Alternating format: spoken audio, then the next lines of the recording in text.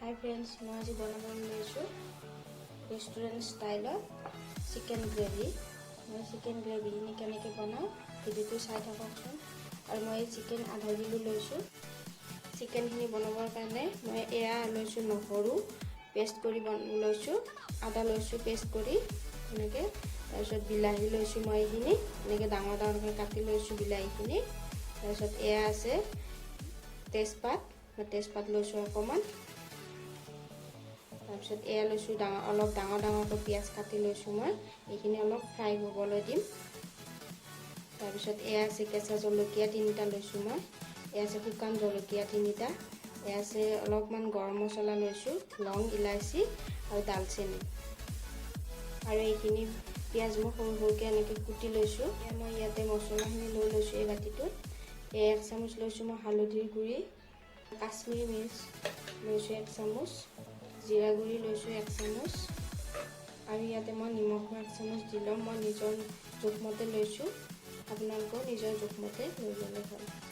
কেৰাহীটো গৰম হৈছে, মই ইয়াতে ৰিফাইন তেল দিম। ইয়াত মই পিঁয়াজখিনি দি ল'ম, ফ্ৰাই হ'বলৈ অলপ টাইম।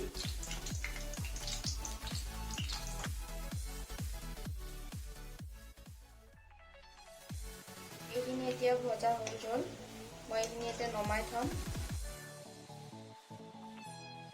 এতিয়া ইয়াত মই গৰম মছলাখিনি দিম, শুকান জলকীয়া কেইটাও দিছোঁ আৰু তেজপাত কেইটাও দি দিলোঁ।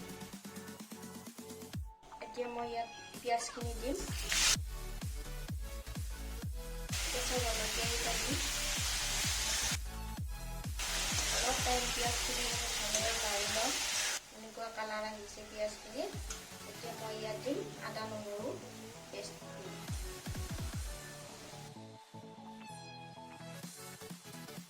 এতিয়া মই ইয়াতে দিম মছলাখিনি।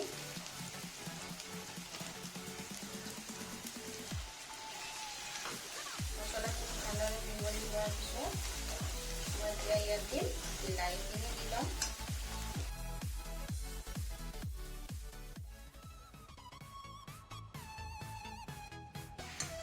এতিয়া ইয়াত দিম অকণমান পানী।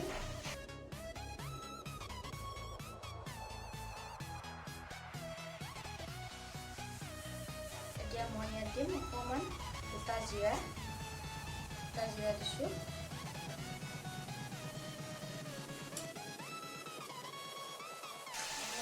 মই ইয়াত চিকেনখিনি দি ল'ম।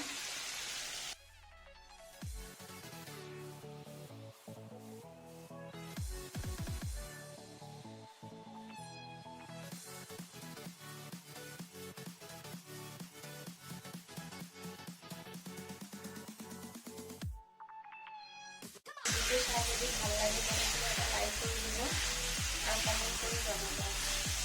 এইখিনি দি অলপ টাইম লৰাই লৈছোঁ মই, পানী নোহোৱা হৈছে।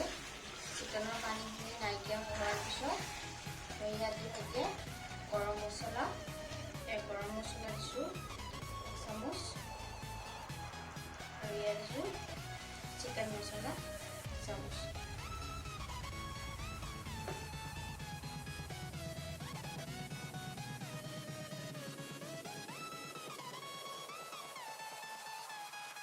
ইয়াত অকণমান পানী দিম মই, পানী দি লৈছোঁ।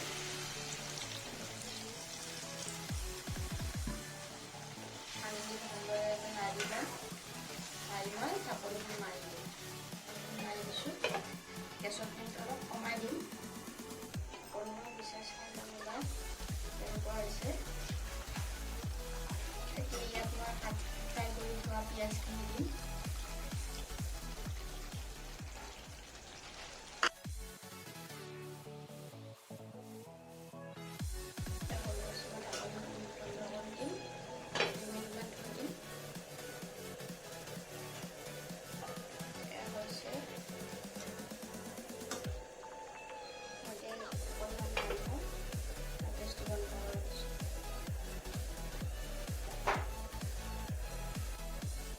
চিকেন গ্ৰেভিখিনি বনোৱা হৈ গৈছে, আপোনালোকে এবাৰ বনাই খাই চাব।